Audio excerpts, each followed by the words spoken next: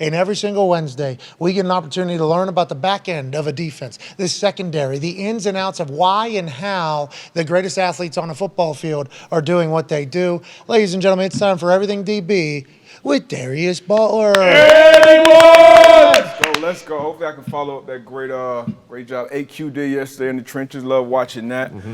Do we have that? Hey, there we go. We got a graphic today. Oh, all right, because I don't know how much the young guys are hearing this, right? A lot of young players playing early in the game, and sometimes you need to just hear it from an older player. So I'm gonna be here to tell you what it means. Some of you here in the building used to hear it all the time. Hey, be a pro, be a pro. Obviously, being on time, showing up, prepared, all those different things. Sure. But just for the young guys, man, get in the building an hour before your first meet, right? A lot of guys, you got to get in there. You got a 7:30 meeting, 8 o'clock. Get in there an hour before, get some treatment. Just be there so you're not rushing, riding on two wheels, trying to get in there. Show face. Yeah. So I wasn't the first in the building, last guy out. Like, that's bullshit. You can get shit done at home, iPads, all that stuff. But it is something to get in there early and being there on time. That last guy out's wasting a lot of time, huh, D-Buck? Yeah, wasting a whole bunch of time, just being the last guy. Leaving the meet room open, when you're watching films, somebody walks by, see, that's bullshit. And first one in, probably losing some rest. Yeah, get your sleep, all that stuff. So get in there an hour before your first meeting.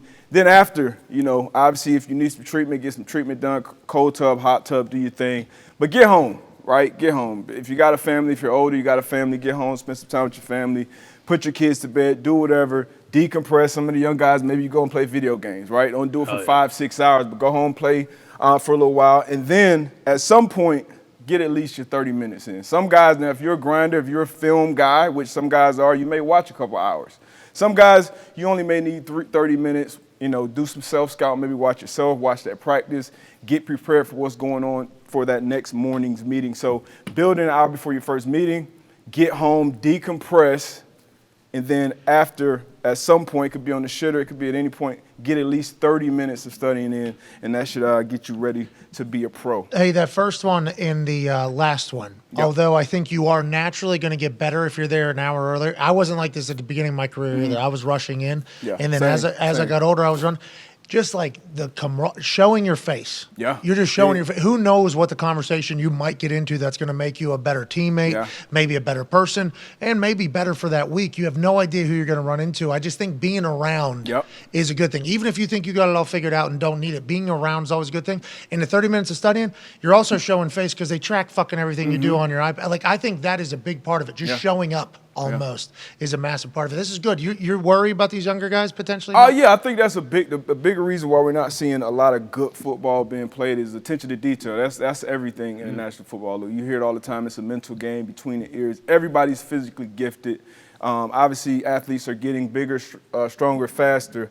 But as far as thinking the game through, being prepared pre-snap, that comes from being in the building when you need to be, and then getting your own study time in to prepare, be a pro, right? Because now it's not like college where you're just going in there and you're just all ears for the meeting. Like, these should be conversations that are being had in meeting rooms throughout the week. So I think a lot of that is what's going on. A lot of bad football is being played because guys just aren't bringing. And there's a lot of things that's taking our attention now, right? Video games, phones, social media, all these different things. So it's tough. When you do leave that building, you may be like, fuck it, which is cool, but at least get 30 minutes in. How much film do you guys watch, like, during in your meetings, like whether it's position group or just like defense, offense, special teams? So that's the thing. When you're in the meeting, and guys are spending less time in the building now. And when you're watching film, typically, before you go into practice, you're going over your installs of what you plan to do that week, and you're watching some cut-ups from that opponent.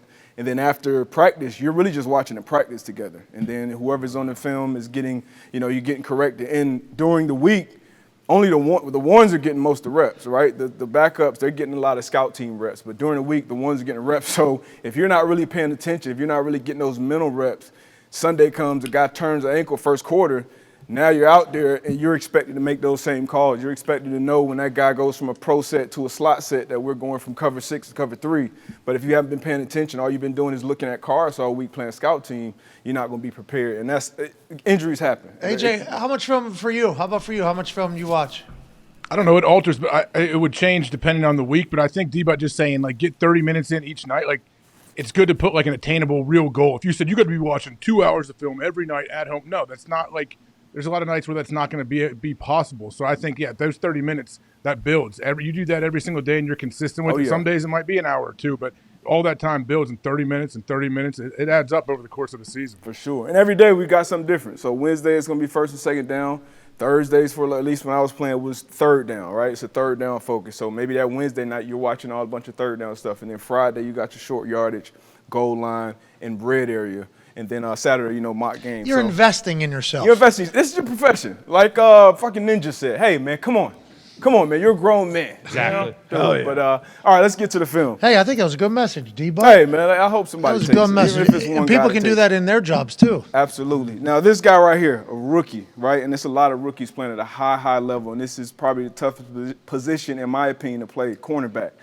You can tell, watching his film, you can tell he studies. You can tell he's been coached well throughout his career. Something we've kind of talked about all the time since we've been doing this everything DB thing in coverages, zone coverage. Who are we looking for, Tone? Where is number 3? Number 3. Where is number 3? So we got 1, 2, we got 1, 2, and number 3's here. Is the back here. But Aaron Rodgers' Green Bay offense does something right here to affect this coverage right before the snap. They're going to move 3 because Aaron Rodgers knows how defenses are constructed. So once they move 3, pause it. So now he knows he's going with 3. Moses going out there with 3. Now Tunyon, his job is to cross face on whoever's guarding him, and then we're going to get the slant backside. 9 times out of 10, this guy's going to be outside leverage, big body. Allen Lazard, you throw that slant, put on the body, it's a completion. Not with Sauce. Great technique, opened up to take away the fade ball, and then got back square, collision him, tight throw. This is the first pass of the game. So this is setting the tone for your defense.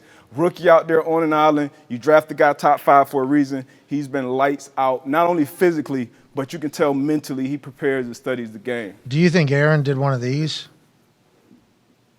Rookie. Right here with our guy? Or do you think Sauce has enough tape already that Aaron had massive respect? This just so happened to be on an island. I got to take a shot here. Yeah, this is regardless of who this corner is. Like, this is a tough route. This is a slant route by a good receiver, a big body receiver. Usually you put this on his numbers, and it's a catch. Like, this is a really, really good physical NFL rep from Sauce Gardner here. And it's not like a highlight that'll show up on, Sports Center top 10. But first pass of the game. Now I think this got him in the 3rd and 9 or something like that. So that's a competitive rep right there. That's an NFL rep.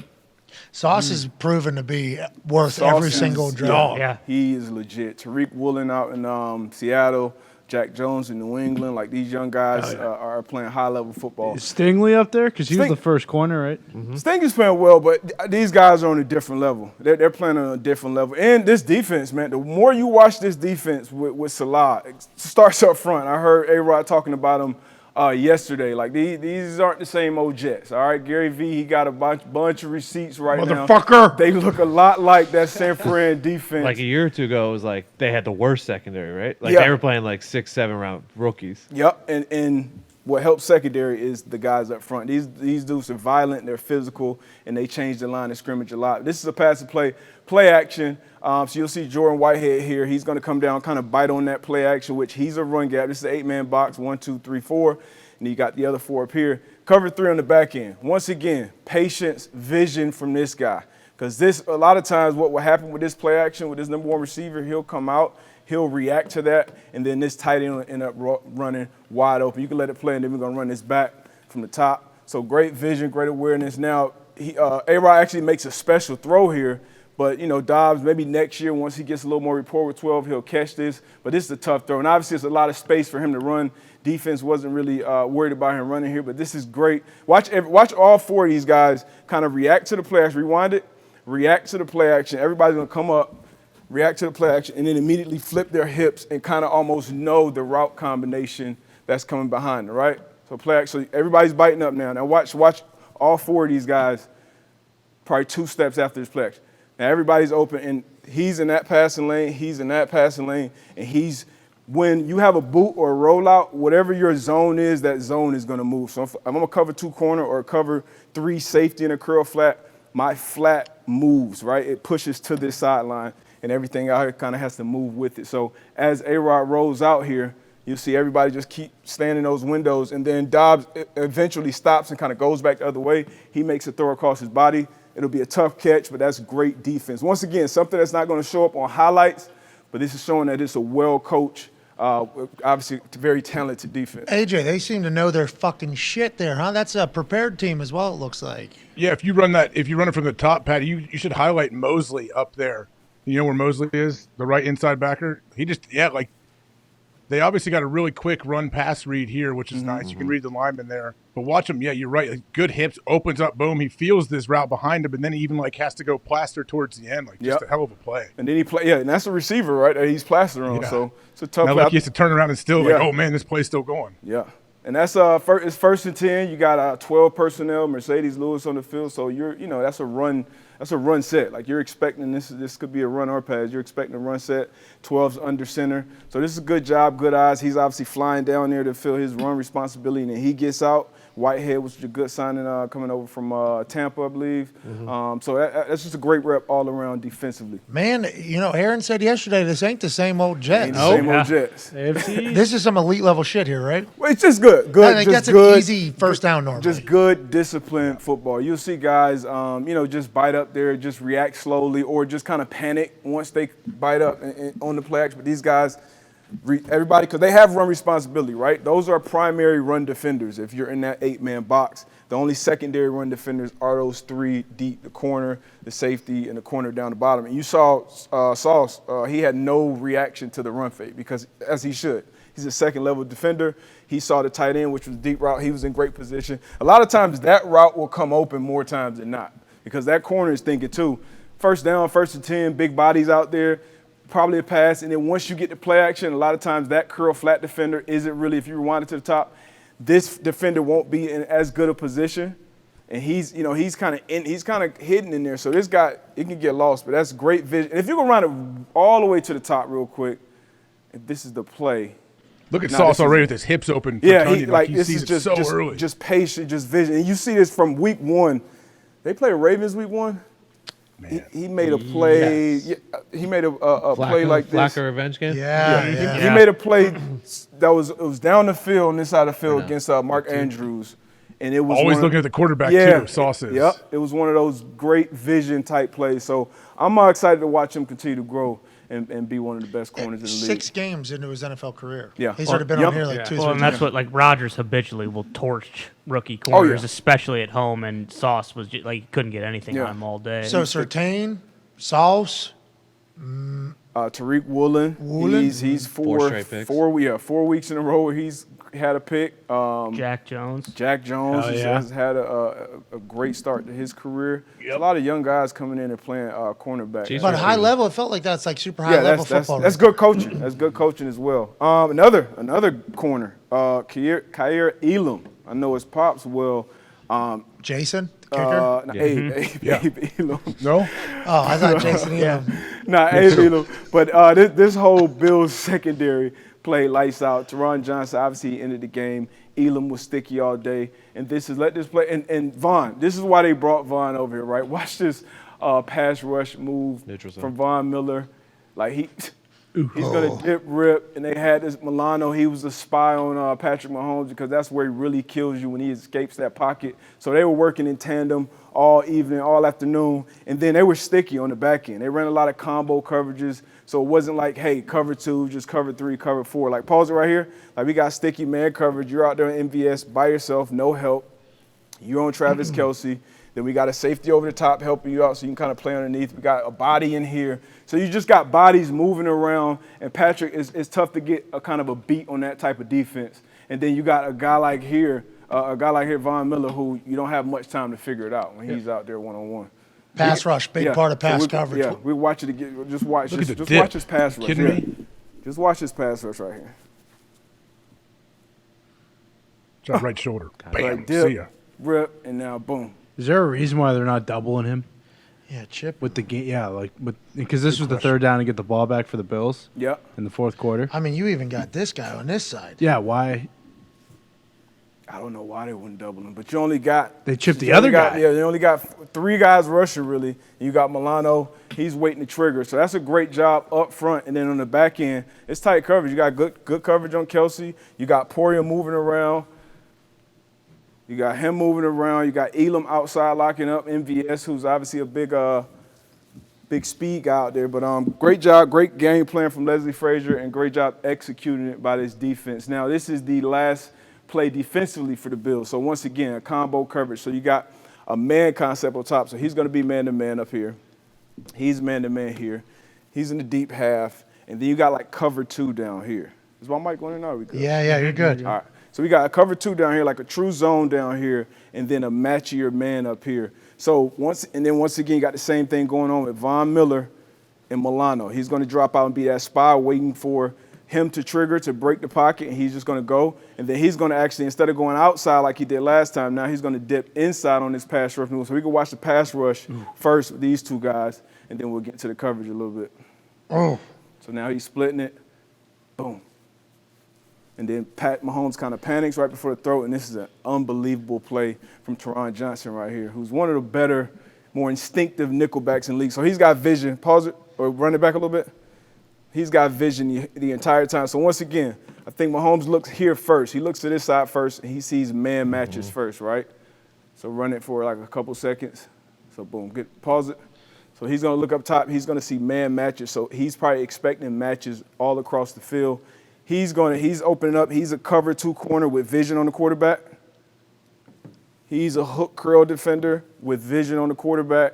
And then these guys are playing cover 2 as well. So as he kind of drops back into his drop,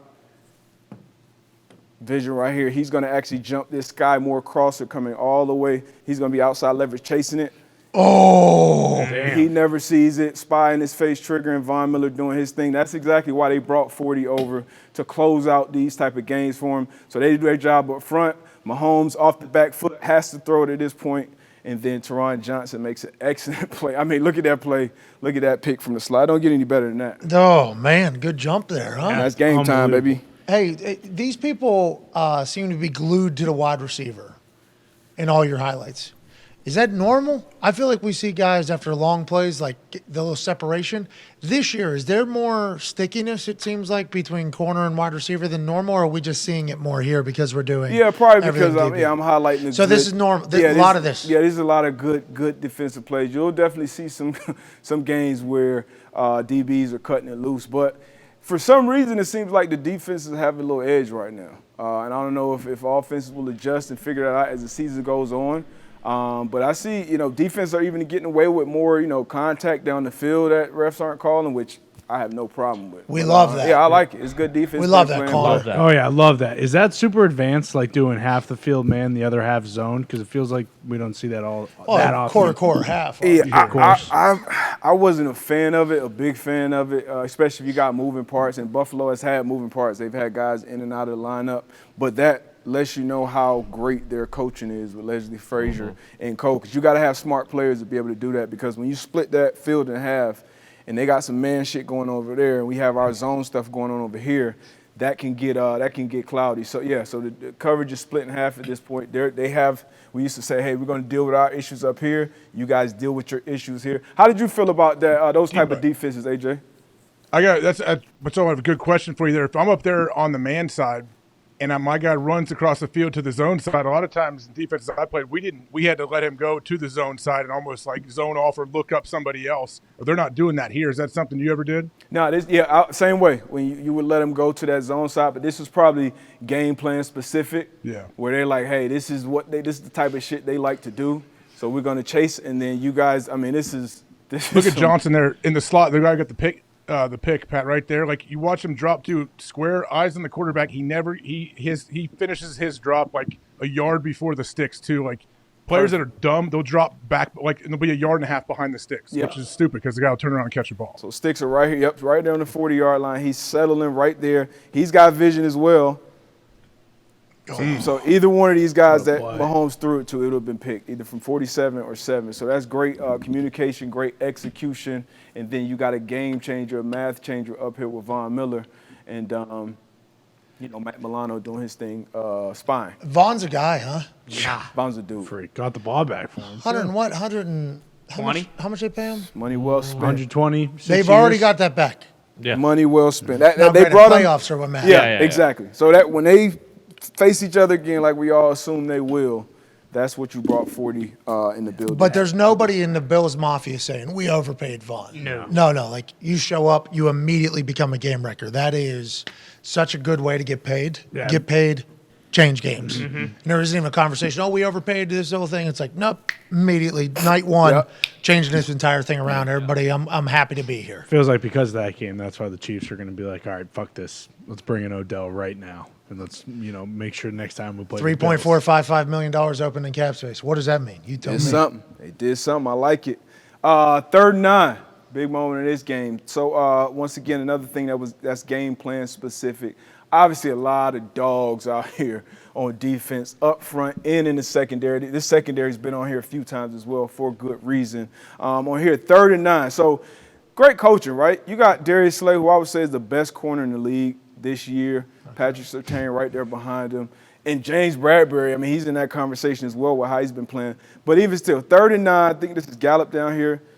He's going to get help, actually. It's going to be 2 men. So he's going to be underneath, inside. He's got a safety over the top. And then up top here, this is CeeDee Lamb. So they're actually going to double team him as well. And then they leave these other 2 receivers one-on-one. Like, hey, this is where you earn your money. You guys got to wear the hat. You guys got the tough down. We're going to double their top 2 targets. And then once again, something that's been, you already see him aligned. He's a full yard inside, right? You got a wide split.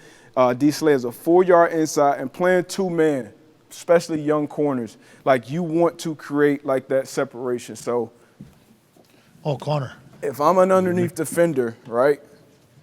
Like this demo. this is where I want to be as a cornerback, right? And when he goes and breaks, slide that one. Now I want to be in between him and the quarterback, right? Kind of like basketball, ball you man. Undercut, get that pick. Yeah, you want to be undercut. A lot of people you kind of you don't, because you're not used to, as a corner, being beat. You're not used to giving up that separation, but it's good to be patient, give yourself at least that arm's length so that once he go, you can react. And you'll see D. Slay here, he kind of anticipates this in route, and he's going to run the route, pick this ball off. So you see him, pause. So you see him slow. Now he knows right now, this is 3rd and 9. He knows right now, okay, this is a break area, right? Let me anticipate this break. Once again, double team up here. He's outside leverage. He's inside leverage. These guys are one-on-one. You got your safety deep up top, and he's undercutting his route. And something we'll be talking about all year with Slay. And now he knows, okay, get my head back around and make a play. What's his name did the same thing for the Colts against the Broncos. Stephon Gilmore. Yep. And that was the last play of the game. Yep. And that was in the red area, post route. Once again, a veteran corner. He knows let's not give up this inside breaking route. And also, in Gilmore's instance, you don't have a lot of field to cover. And right? also, they're not, paying Cooper Cush $260 million. Well, but also, like, let's go back to the coverage as opposed to burying Cooper Cush. Jeez. No, he earned $260 million. Damn right, he earned a lot of money. Hell yeah, he earned probably getting traded out of there at some point. The thought on the 2-man, whenever you talked about the 2-man, this starting out as the man here. Normally guys don't like to get beat. You're saying the only thing that you're covering is the breaking routes anyway, so you want to be beat at that point. Let the fucking safety, let this dude worry about if he gets past you. You see, so it's the perfect, you're supposed to be behind. You're supposed to be behind. So that's why all those picks happen. That's why all the undercuts happen, because the ran the route for him. Yeah. Yeah, if you got those safety routes, and Slay knows, all right, I got Gallup back here with this split. What was it, like a +2 split? He know, okay, I'm getting, it's only, he knows the menu of routes he's getting. Like, he's a full yard inside, which you should be. So he knows, it's 3rd and 9. He knows the gamut of routes that he's going to be getting. This is patient. He's obviously played a lot of football. Cooper Cush probably felt a little pressure, and you're doubling their top 2 targets. You make somebody else beat you. This is great execution once again from the defense. Do you think they have the defense that can hang with the Chiefs and Bills and can win the Super Bowl? The Eagles? Yeah. Damn right. Yeah, because they got guys up front who can win and pass rush. Brandon Graham, for instance. So even when they do get beat, which at some point you are going to get beat. I think Bradbury was beat on that play after pitching damn near shutout. But Brandon Graham got home, hit him, so it's in the air.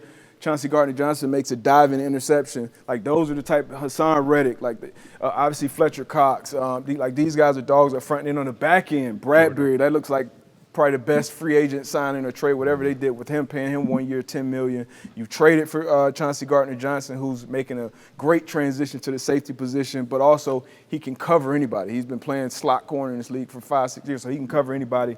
He got Slay out there. So they got Webb Epps, who got hurt. But he's been They been got a great Super player Bowl for quality team. Maddox, the slot defender. So you got depth. And then offense, Okay. you Here we can go. run the ball, you can throw the ball, so there's no reason why the Eagles can't. Obviously, they're 6-0 right now for a reason. Hey, look at those Johns there. Yeah. Loving it. Sir, here we go. Did you hear Tirico mention Geno's and Pat's on Sunday night? Yeah. He didn't mention D'Alessandro's. What's that all about? Why didn't he mention all the Johns there? It's a good question. They're not happy with him. The Johns? Yeah. Al Michaels would have. What's your deal? What do you do? I'm just saying. What's your deal? Just saying he would have. All right, let's dive into some more defensive back talk. We know. Michaels, Yeah, well, when he speaking kinda of started back talking Tirico. That Dan Snyder, he's Al Michaels on Thursday night. Hey, a lot of they wanted this guy to sell the fucking team. Yeah, Al Michaels said. From the people I talked to, wouldn't mind him. It's like, who's Al Michaels talk to? Oh, everybody. Right. Al Michaels talks to anybody in any sport at any level, whenever the fuck he wants, while he's eating no vegetables and steak every single night at the one place he eats at. Oh, what if they get him out of there? What if that happens? When March, I guess, is the conversation. Yeah. Plenty of people who want to own a team. That'll be. Mr. Irsay has replied to this. I'm happy it came up. Zito just told me that. What, he tweeted? Oh shit! All right, let me dive into this. Hold on one Real second. quick. Oh shit, Ursay. Ursay says you got to stand for something or you'll fall for anything. That was Wow. real. That was Respect. Yeah. Respect. JM. All right. JM. Yeah. What's the J? JM. Is it JM? do you forget the guy? Jim Morris. Really? Jim Morris. Jim Morrison. Jim Oh, Morrison. was that a Jim Moore? Brown quote? eyed girl. Jim Morrison. Is his middle name Morrison. Morrison? No, it's probably Jim Jim Morrison, Morrison. fucking lead singer of the Doors, dude.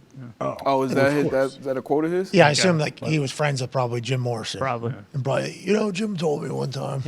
Thank you, Jim. And Jim. Anyways, so maybe Let's go. Back. We're in Jim's sorry house. about it. Let's get back. Big in. win. Big win. Obviously, back-to-back wins for Matt Ryan in the Colts. Receivers and the tight ends, but receivers stepped up big time. But this is more about the defense here. So we got a bunch route here. This is third and 7, big 3rd and 7 right here. We got a bunch route, and we got lock. So we're going to lock the point, right? So this point guy, this guy that's on the line of scrimmage, he's locked. And now these two guys are being comboed. Now the toughest thing with combo coverage is, hey, you got the first inside route. I got the first outside route. AJ, you son of a bitch. It sounded like Dahmer. Yeah. Sounded like Dahmer's apartment. Yeah. Firing up that drill, happened? you piece Must of have Drilling dropped some someone's head. ashes. Oh, I was vacuuming some stuff up. Sorry. I thought Yeah. There's a meeting? I'm paying attention. You were in the middle of a meeting. You got a Dahmer drill going off. I used the vacuum 30 Let times. us play real quick. This Pat. dude is disgusting. I'm Yeah. so We gotta sorry. start. Sorry, D-Butt. No, we good. I'm actually clean. So we got double ends right here. So this is gonna be tough on this coverage because running back, once you have that combo coverage, double ends or double outs is gonna give someone bad leverage. Right now, he's gonna have the bad leverage. Okay, so he's going to be running away. He's going to get the body pick. Big 3rd and 7. Michael Pittman had a huge game. A lot of his yardage came in that middle of the field. So this is good game planning by the Colts. Good play calling from Frank Wright, and obviously good execution. And a big play and a big moment for Michael Pittman. And that whole receiver room balled out this year. But defense, if you go back to the top, once again, in this bunch, when you have double ends or double outs, so against a combo coverage, this is what beats combo coverages, right? Because if he goes in and the other guy comes out, both defenders have great leverage. But once both of these guys go inside, once those two guys go inside, he's eliminated since he's locked. Now this guy's going to have a bad down. He runs this route. Good job running this route, getting open, putting the ball on him. Great job. O-line kept Matt Ryan clean this week, too. Yeah. So shout out. We were taking a lot of shit from everybody, from us, from me, I know. So great way to respond at home. Is there a way when that happens, when they both go inside, for the inside guy to pass off? No, because if he does that, you both saying this in. guy? Yeah, so so if he takes Pittman. If he takes Pittman, now this is a tight end in here, but That's why. he's still out leveraged. Like, so Sure. he's still going to be in the bad. He can go straight up. So now that'll Yeah, probably yeah. be who Matt would throw it to. But they obviously had a beat on how they would play these bunch routes. And it's tough. When you get bunched, that's why they do it. In-man coverage, it's always causes some type of issues. Paris Campbell wide open, too. Yeah. Some man beaters. Yep. Bing, bing. Boom. And then the last play, the game winner. Alec Pierce down here, one-on-one. This is what we brought him in for. This is what we drafted him for. This was a 3rd and 13, I believe. Yeah, interesting call. In field goal range. And a lot of people will say, hey, why would you send pressure on 3rd and 13 and leave your corners out here one-on-one. The reason why you send pressure here is this was a 1-point game, I believe? Yep. Yeah. Okay, so a field goal wins this game for the Colts, right? Yep. So right now, run it back, they are on the, what's that, 32-yard line? Would have been a 50-yarder. 50-yarder, right? So you want to send pressure here, and if you get a sack for 5-6 yards, obviously this O-line, this offense is giving up sacks. So you send a little pressure here, and you get him on the ground, hopefully, and make it a 55-yarder, 54-yarder. That changes dramatically the success rate of that field goal. So that's why you send pressure here, and then you expect your guys, they just got to make a play here. But Matt Ryan at the snap, he's going to look left and look this post safety off. And usually it's X. Receivers move around a bunch now, but typically over the course of the NFL history, this X is usually the baddest dude on the field, and that's why you want to isolate him on his backside. He's been around a ton. He knows he's going to control that middle field safety, leave a one-on-one. Alec Pierce goes up and does what he did in Cincinnati for all those years, and now he came here. This is a big catch. This can kind of change, he was already playing well, but this can kind of give you that real boost of confidence at home, big game, game winner. Now you have all the confidence in the world. Your team has all the confidence. And your quarterback, they know they can go to you when it's really nut-cutting time. But if you run it back from the beginning. Speaking of nut-cutting, I think Matt Ryan gets took a low hit. he gets a helmet right to the nut. Yeah. Took a low hit. But watch his eyes. I wish we could have got a tight copy of that. Should have We might have at the end. Yeah, it's boom. on the backside. Okay, perfect. Yeah, so we'll see that in the end. So that's what a a one-on-one catch. Money. Because if he goes eyes to Pierce in the beginning, do we have a tight copy, Fox? Yeah, I think it's coming in a second. perfect. Hold on there, just real quick. We had a great view of this. Hell yeah. Fox Hell News. yeah. Yeah, I saw this on Twitter. Yeah, there's the suite. Everybody's inside because it's 3rd and 13. Yep. In the fourth quarter, in field goal range, needing a field goal. Other games are wrapping up at the same time. They're going to run this and then kick a field goal, aren't they? They had ran the ball the 2 plays previous, so I didn't have the camera ready. Normally, I always had the camera ready. Got the back end of this touchdown. Timeout on both those runs too. So Yeah. there was a lot Reportedly, of they were time. talking about, hey, if we do this, what happens if we do that? And Matt Ryan in the huddle said, go fucking score. So Is that what he that's said? Yeah. So that was the That conversation. that happened? That happened. There was a conversation Really? about what they would do. I forgot the He said that to Frank Reich? and he just said, go fucking score. No, I think to the guys. In the Hey, huddle. go flip it. Oh, because they were asking. Yeah. Frank said to Matt, Hey, should we go down? Should we go down if we're close to a Some- 2-yard yeah, line? Should we something, go yeah. down? Because then we can kick a field goal, run this thing out. We can kick a field goal and end it. Precisely. And Matt Ryan, the Navy SEAL, well, said I'm just saying. something don't that disrespect the Peyton would military. probably say in the huddle. Oh, go fucking score. Go fucking score. But watch his would eyes. also You like see a his eyes touchdown. right now. So as soon as the ball's in his right. hands, his eyes go, that safety's gone. So now he lined up here on this hash because you don't want to leave your backside X, what we'll call the safety. We want to leave him butt naked on the snap. But right, as soon as those eyes go, he's gone. And then he comes back. He knows exactly where he was going the whole time. He comes back. I'm going to my rookie.